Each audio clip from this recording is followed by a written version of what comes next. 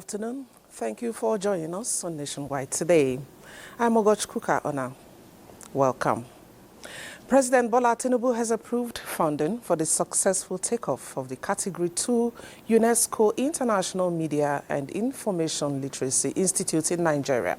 Minister of Information and National Orientation, Mohammed Idris, made this known when he received UNESCO feasibility team in Abuja. Salihu Abdullahi Gwanara reports. Nigeria's pledge to establish and host the institute emerged from the 2022 UNESCO Global Media and Information Literacy Week, hosted by Nigeria in October 2022 in Abuja, and was endorsed by a resolution of the 216th session of the UNESCO Executive Board in May 2023. Members of the UNESCO feasibility team are here to compare notes after reviewing Nigeria's proposal on the infrastructure provided for the takeoff of the institute that will provide services to the world. We were at the university, and so far, Honorable Minister, it has been so good from our end. All of the documents and the stakeholders we interacted with, they have been so positive. Minister of Information and National Orientation, Mohammed Idris, acknowledged UNESCO's desire to continue to support the country to explore its potential in developing its information and communication space. We approached Mr. President, who has graciously not just approved what the ministry, in collaboration with the National Open University of Nigeria, is doing, but also in ensuring that every support, especially the financial, whatever support that is required, everything that we have asked of from Mr. President has been provided. As a government image maker, he reaffirmed the government's unrelenting efforts to guarantee press freedom and restore trust and credibility to government communications. If you're reporting anything, whether you are a citizen journalist with a phone on your hand or a laptop or whatever, and your desire is to push out information, you have to know that you have a great responsibility on your shoulder. It is either you are pushing out information that helps society to grow, to develop, or you are also pushing weapons that will help to destroy the very society that you belong to. And so we, as a country, have decided to key into the UNESCO guidelines in ensuring that information, misinformation, disinformation, and fake news are somewhat being looked at. He called for global support in the fight against fake news. In Abuja, Salihu Abdullahi Gwanara, NTA News. Energizing 1 million households, especially in the rural communities across the nation, is one vision expressed by the new Chief Executive Officer and National Coordinator of ALDA NEPAD Nigeria, Jabiru Salisu. Kenneth Nanim reports that the ALDA NEPAD Nigeria CEO, in a media briefing in Abuja, explained that the initiative is in line with Aspiration 6 of the ALDA NEPAD Agenda of 2063. As a key player in implementing the African Union's vision of an integrated, prosperous and peaceful Africa, the new Chief Executive Officer of ALDA NEPAD Nigeria, Jabiru Salisu Abdullahi, is seeking partnership with the media in executing priority programs that align with the African Union's Agenda 2063. With the media as strategic partner, ALDA NEPAD believes is well positioned in its role of holding institutions accountable and connecting citizens with governance in line with the renewed hope agenda anchored on empowerment and inclusivity as being championed by the current administration. ALDA NEPAD Nigeria is committed to working with you to ensure that the transformative stories of our programs are told, that governance is transparent, that citizens are informed and engaged. Building on the gains already made, including empowerment of over 55 professionals through the NEPAD Academy with skills in governance, technology, and leadership, driving agricultural programs that provide tools, resources, and knowledge to enhance productivity and food security across Nigeria. The CEO of NTA is optimistic that with adequate funding, the agency will continue to build capacity of professionals, empower smallholder farmers, support youth and women empowerment. You know, funding is a challenge, so it is also the same in NTA. But we are doing everything possible to change the situation.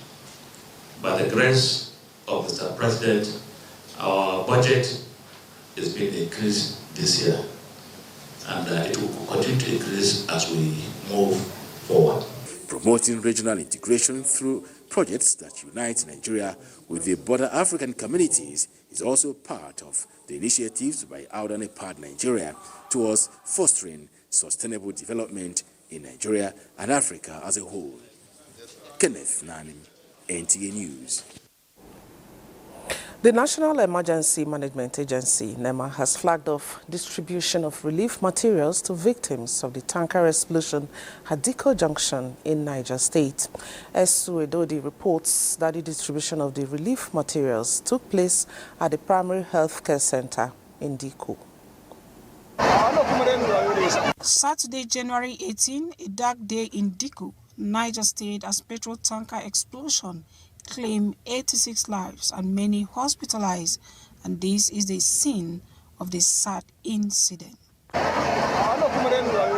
2 days later, NEMA is here truckload of relief materials for victims of the incident, and Dikko Primary Health Center is the venue for the distribution exercise.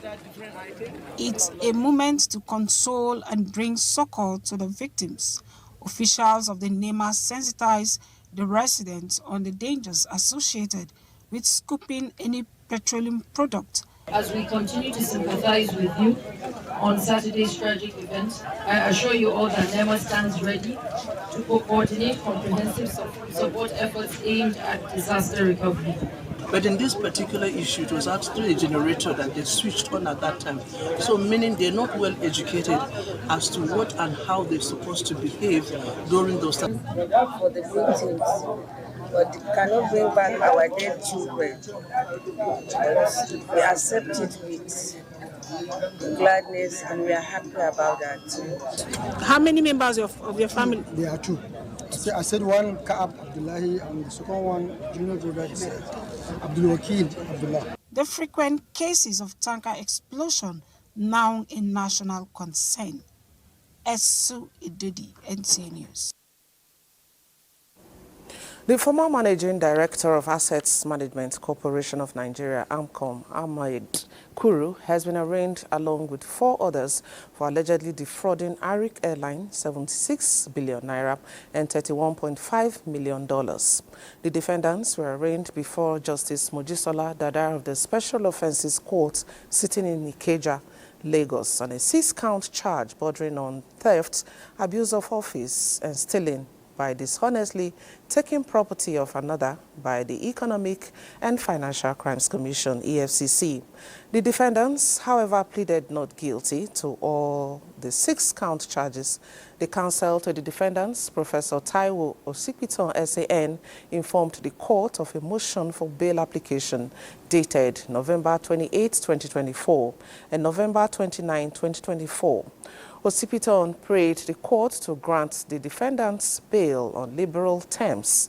EFCC counsel Wahab Shitu SAN opposed the bail application and prayed the court to dismiss it on the grounds that the defendants are facing serious offenses of economic sabotage.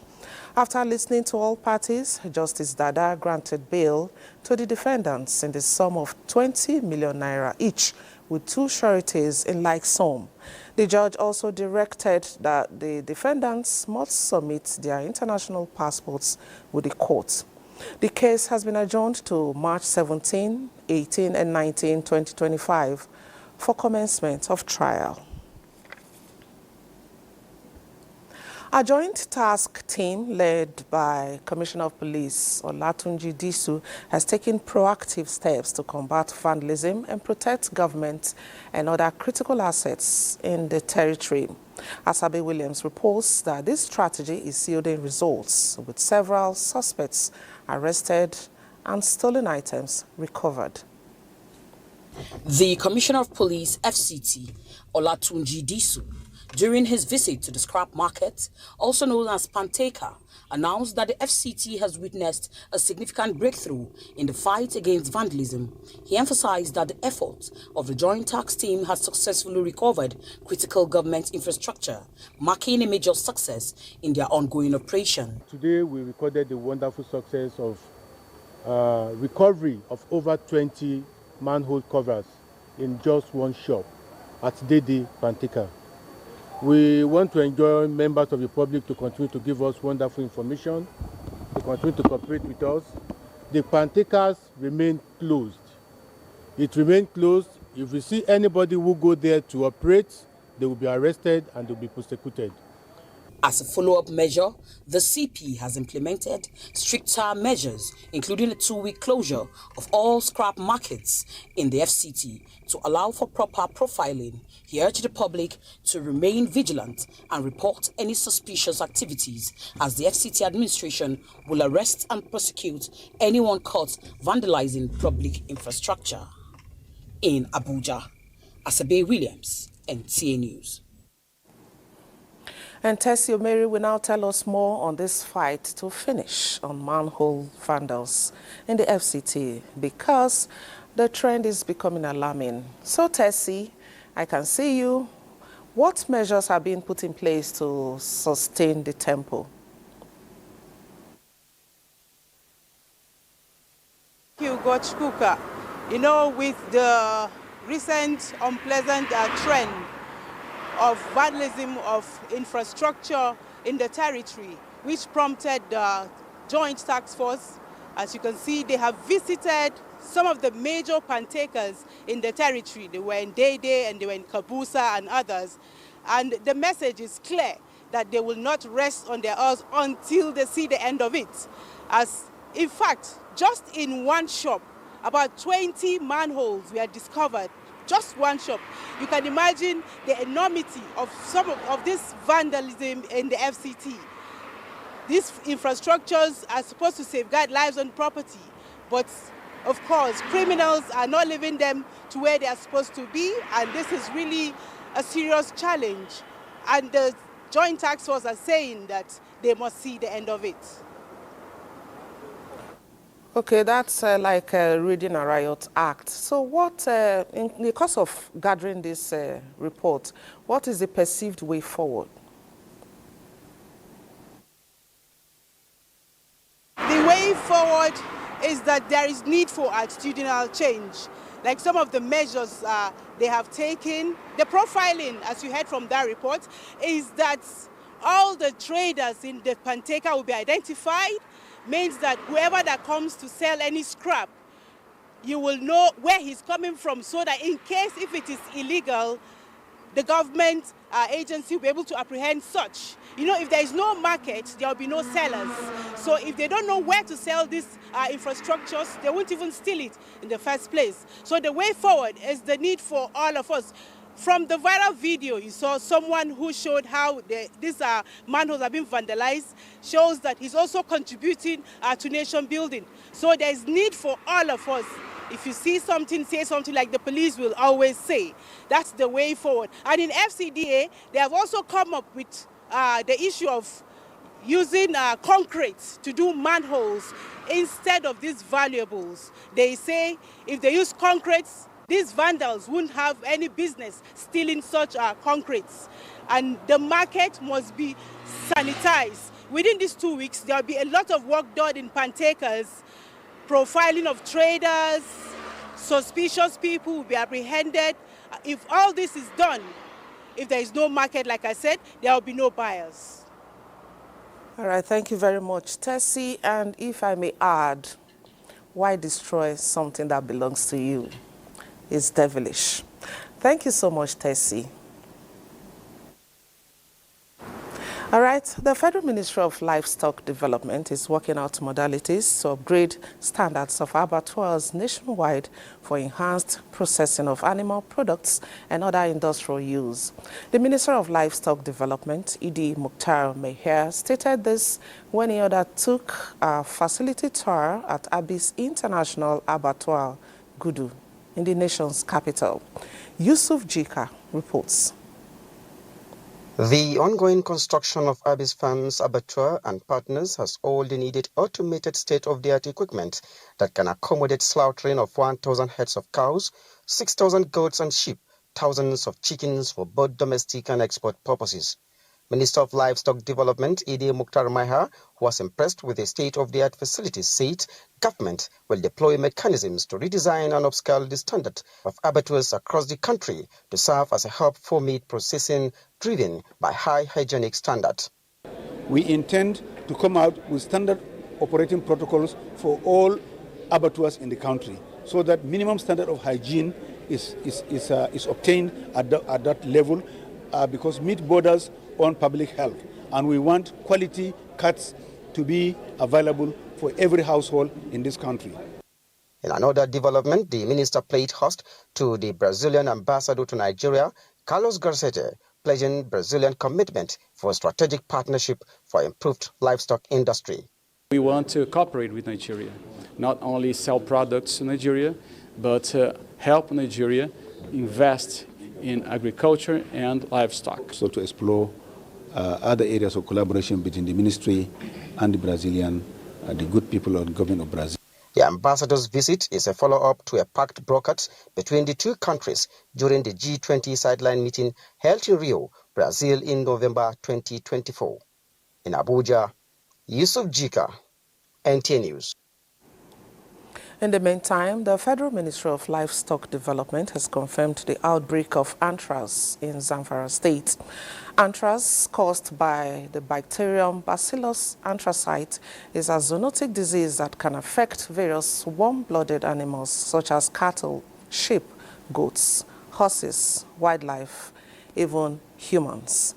While anthrax is preventable through coordinated efforts such as risk assessments, surveys, and ring vaccination of susceptible animals in high-risk areas, prompt detection and response are critical to containing its spread.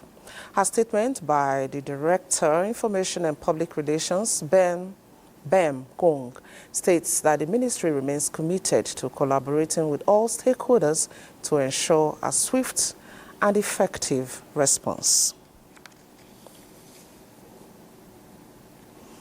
President Bola Tinubu congratulates Minister of Aviation and Aerospace Development, Olorogun Festus Keyamo, on his 55th birthday.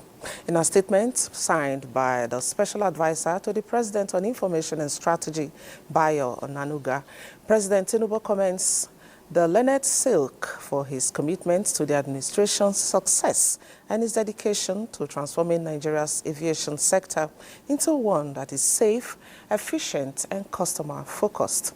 The President notes the progress made in the sector over the past 15 months, especially the ratification of the Cape Town Convention for aircraft leasing, the commencement of lectures at the African Aviation and Aerospace University, and the operationalization of the National Flight Data Center designed to enhance the safety management system in the aviation ecosystem.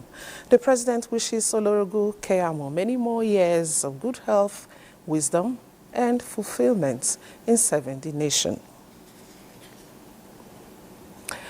We'll now be going over to Lagos. Adeola Komiakere is live there for the next set of reports. Hello, Adeola. A very good afternoon to you. Agochikuka.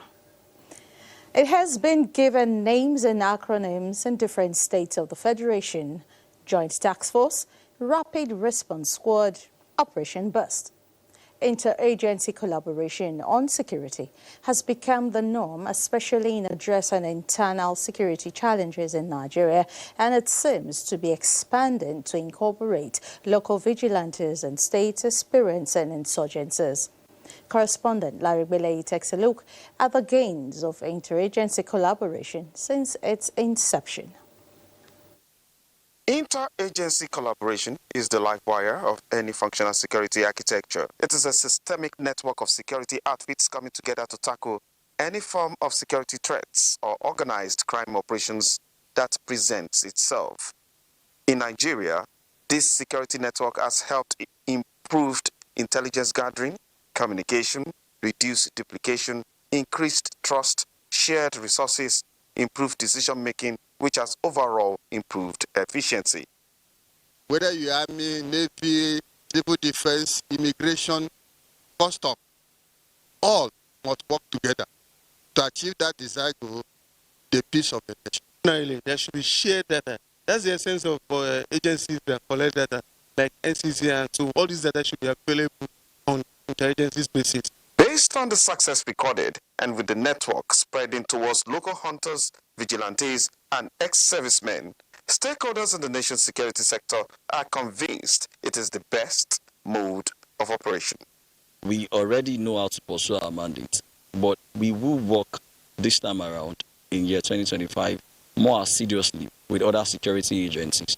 You know, the military is there to protect the territorial integrity of Nigeria, but we'll work with them, the Nigerian police force, on several civil matters and as it relates with our mandate, and other security agencies across the state as well as at the local level.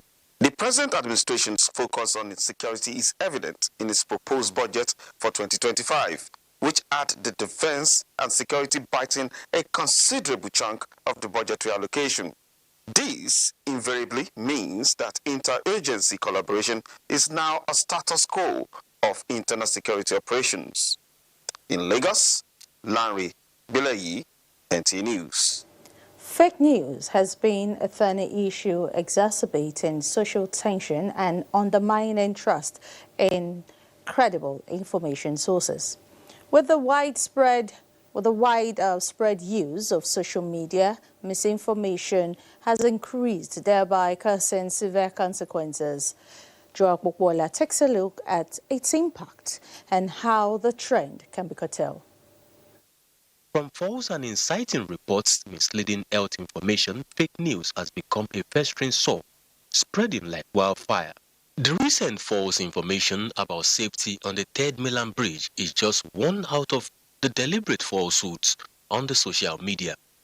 Experts say the era of citizen journalism, which has made everyone assume the role of a journalist, has led to misleading information, which many treat as a joke or some sort of prank. Then we should be careful in sharing messages. When they just forward something to you, you don't verify.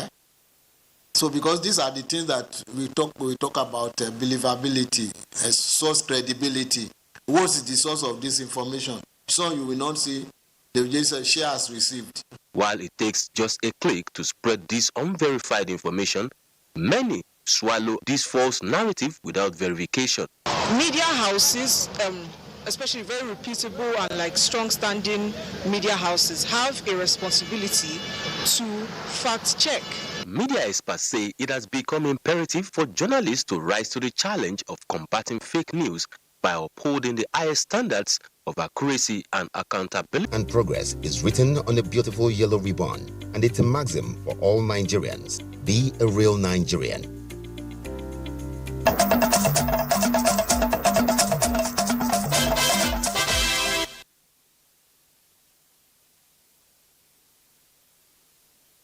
Welcome to Port Harcourt.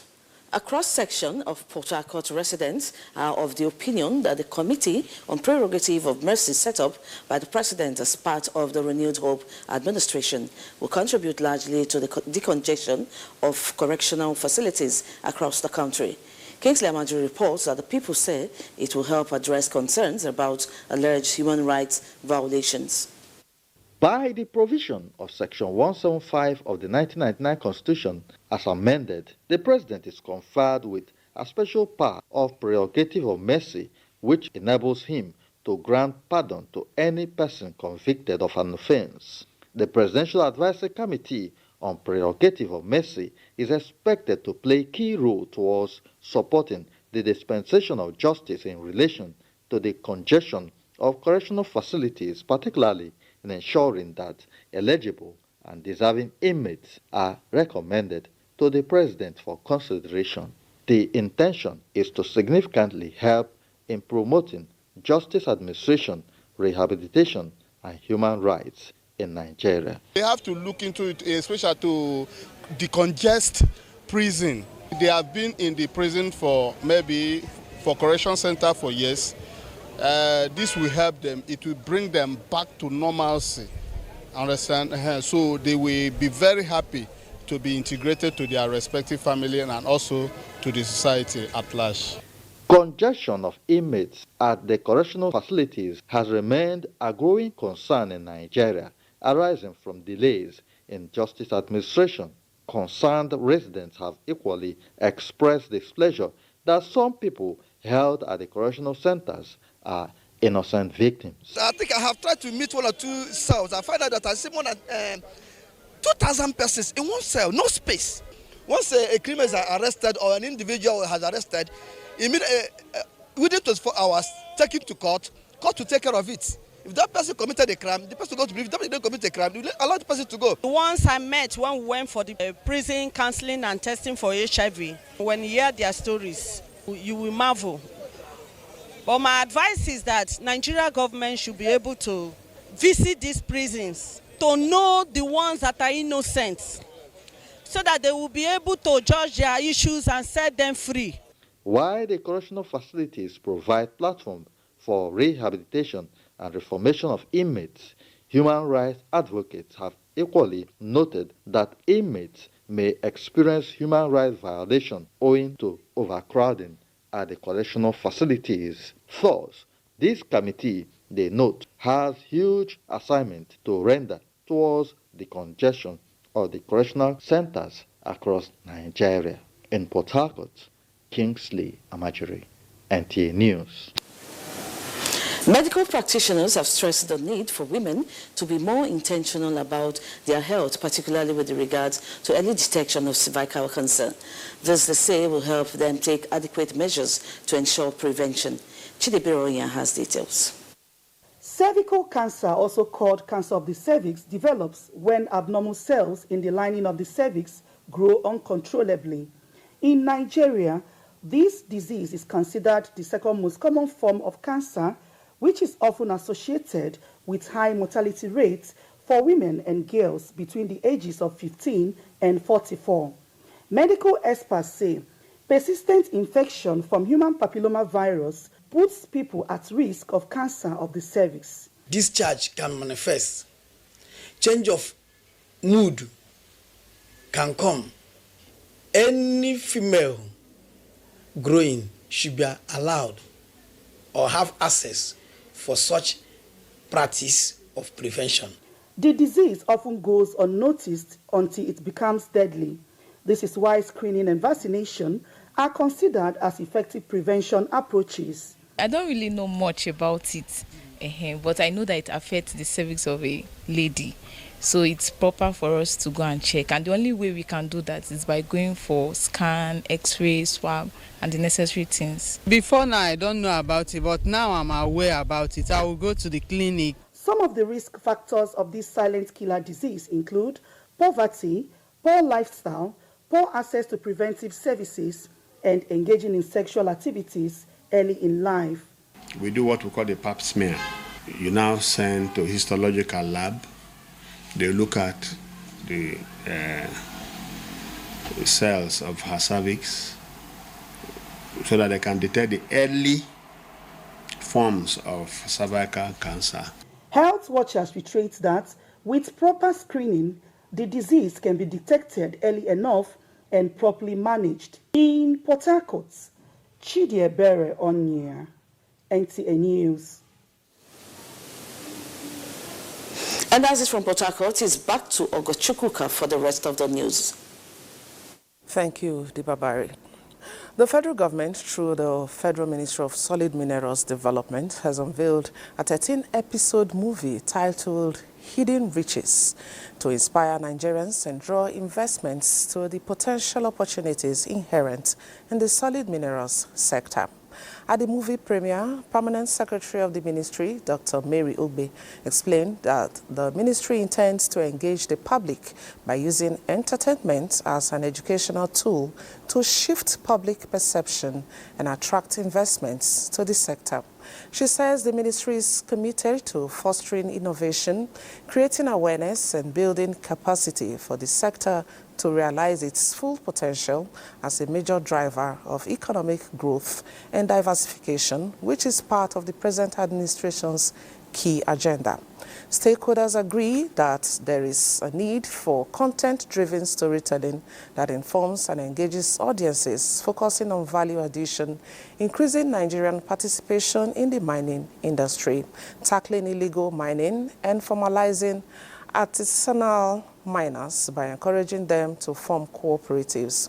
They, however, advocate development of transport systems, which is among challenges facing the industry, especially in riverine areas, and the importance of ensuring that local communities and Nigerians benefit maximally from the resources extracted in the country.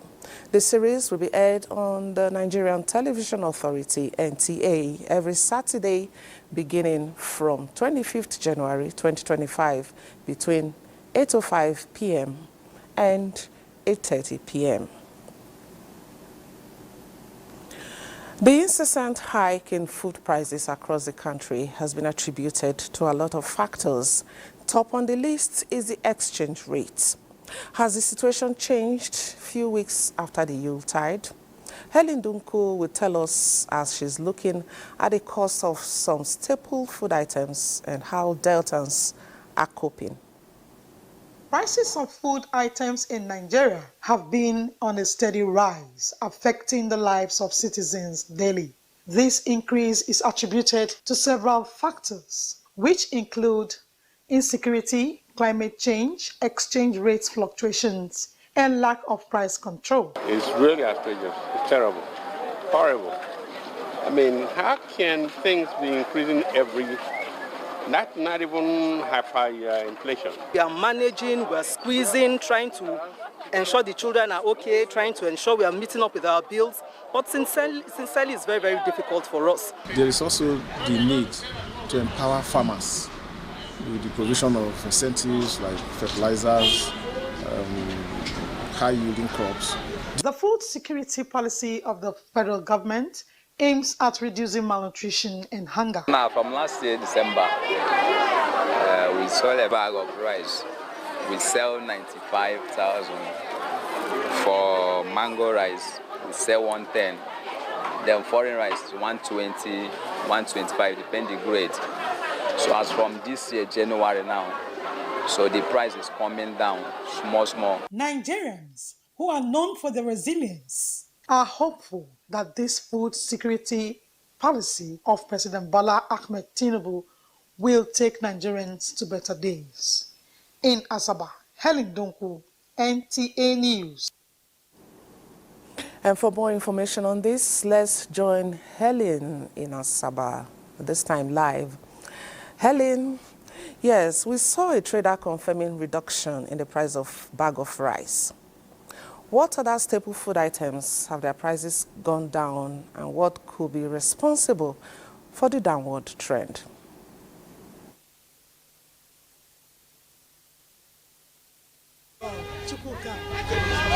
This is Asaba from Delta State, and other staple food items that have gone down outside rice is beans, yam, tomatoes, and pepper.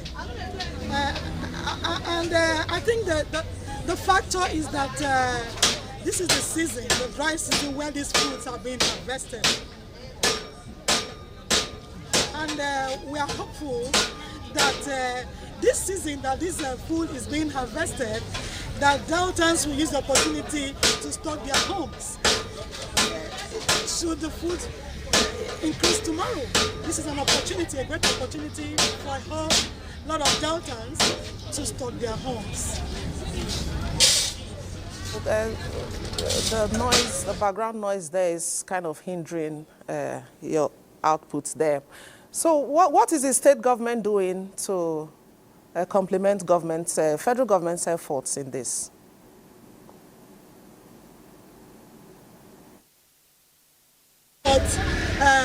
Is to complement the federal government's already made efforts to increase food productivity in the country. Recently, the governor of Delta State, Governor Sheriff Oboriwore, has paid a 1 billion naira counterpart funding of the African Union Development Agency and NEPA, so that there will be more food in Delta State, thereby empowering over 6,000 farmers in Delta State with seedlings, agricultural crops, agro-allied, and aquaculture. It is believed that the next season there will be more food in Delta State. Very well, it's good to know that the state government is doing something to ameliorate the situation. Thank you, Helen, for that update. Thank you too. All right, Charles Abba is in our Makode Network Center for more reports on Nationwide today.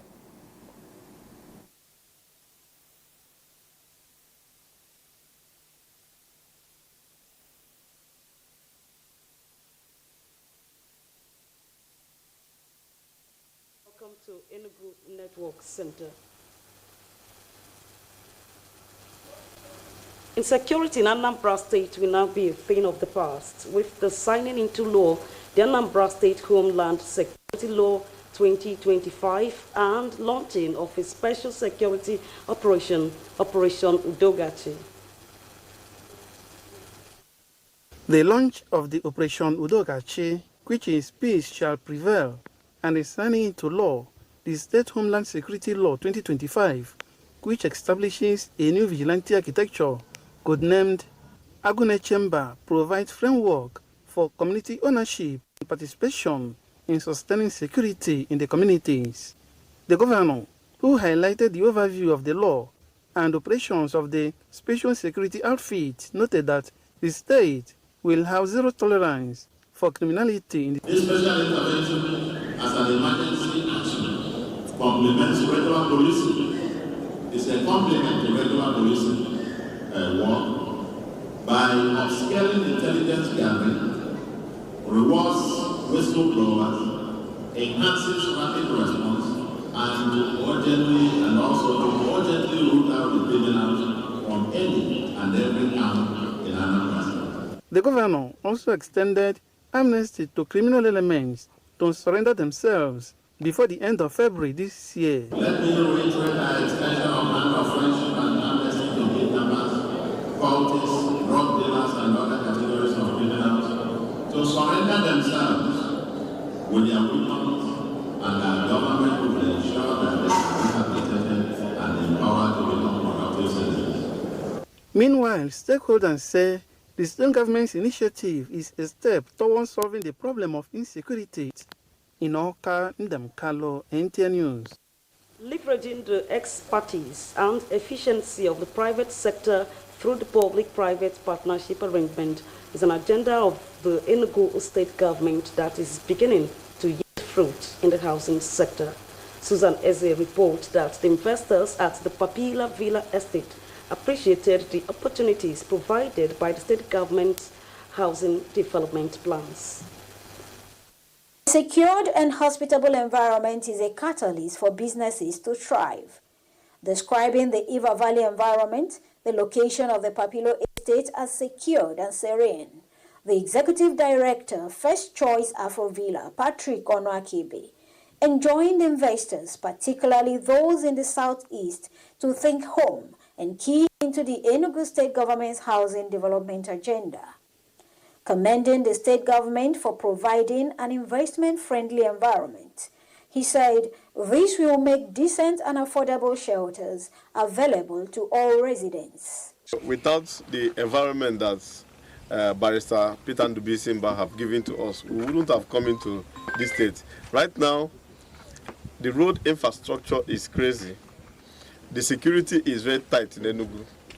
And the environment given to us and the way of working in Enugu State, this man have changed it. Other speakers, including the estate director and the project ambassador, noted that development is not an exclusive duty of the government, calling on investors to join hands in developing the Southeast Zone. The governor of Enugu State said he wants Enugu developed before 4 years, and that is why every necessary document required is being signed.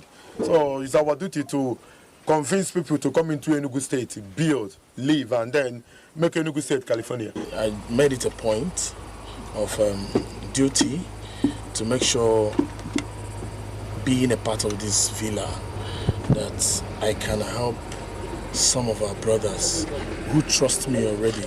The First Choice Afro Villa project is designed to suit different income strata. In Enugu, Susan Eze, NTA News. That's a contribution from here. Taking a break now to return to Abuja thereafter to join us again.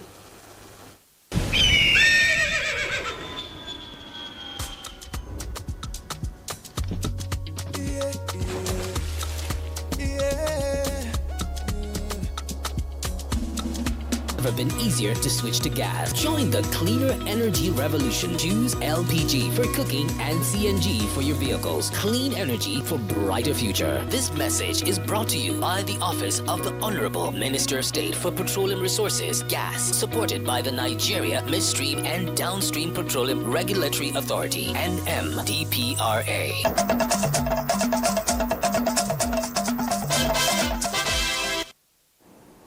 And next to the last lap of the news, and just before the break, we had reports from our Enugu Network Center with Comfort Anyim.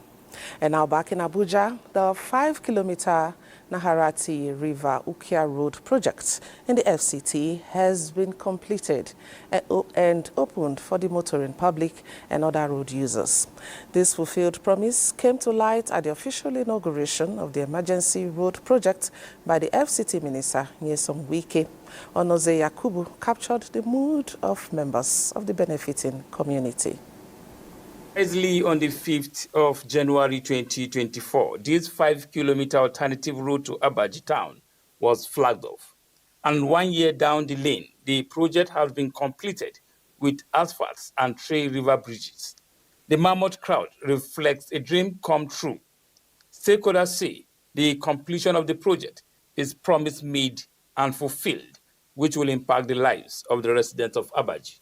The completion of this 5-kilometer road project is highly significant because the settlement of Naharati has been linked directly to Abuja town for the first time. Furthermore, the road will also serve as a diversion in the event of further blockage of the main bridge on the Abuja local and federal highway. I have no doubt that rural road infrastructure forms the backbone of rural economics and contributes significantly to the overall development of a nation.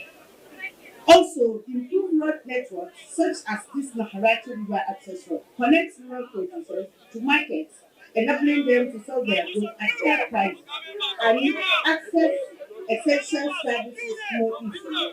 FCT Minister Nyesom Wike reiterates his administration's stance at developing the satellite towns and area councils for the benefit of all residents. I've told everybody who cares that while we are developing the city, we will also develop the satellite town.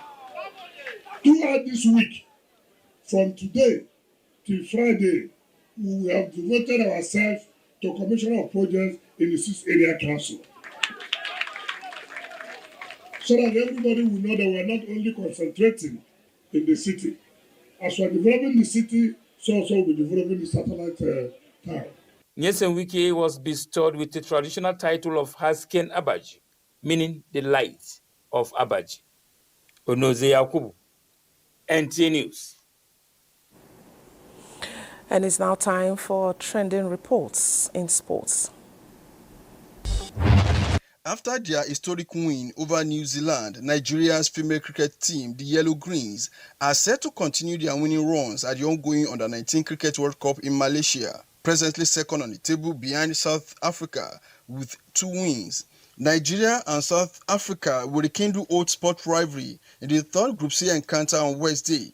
In another development, the leadership of the National Sports Commission, NSC, has announced the composition of its Elite Athlete Development and Podium Board with former Nigerian international Yusuf Ali as the board's chief executive officer. The board has been saddled with the mandate of creating a sustainable system for Nigerian elite athletes and their welfare. The 13-member committee has Bambo Akani of Making of Champions as consultant, while Bamiduro Lumide will serve as secretary.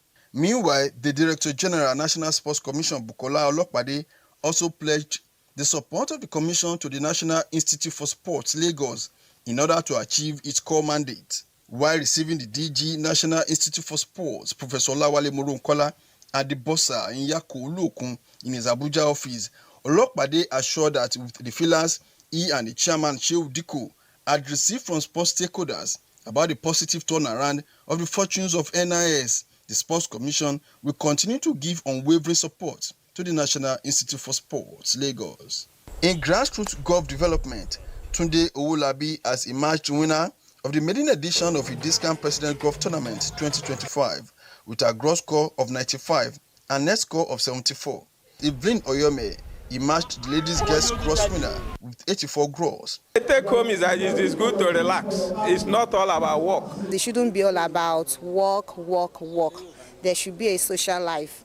Linda Obiezi was the best in the ladies' main event with handicap 13, 82 gross score and 69 net score. With sports update, Olumide Eguntola, NTA News. That's Nationwide today. We thank you so much for being part of it. Good evening.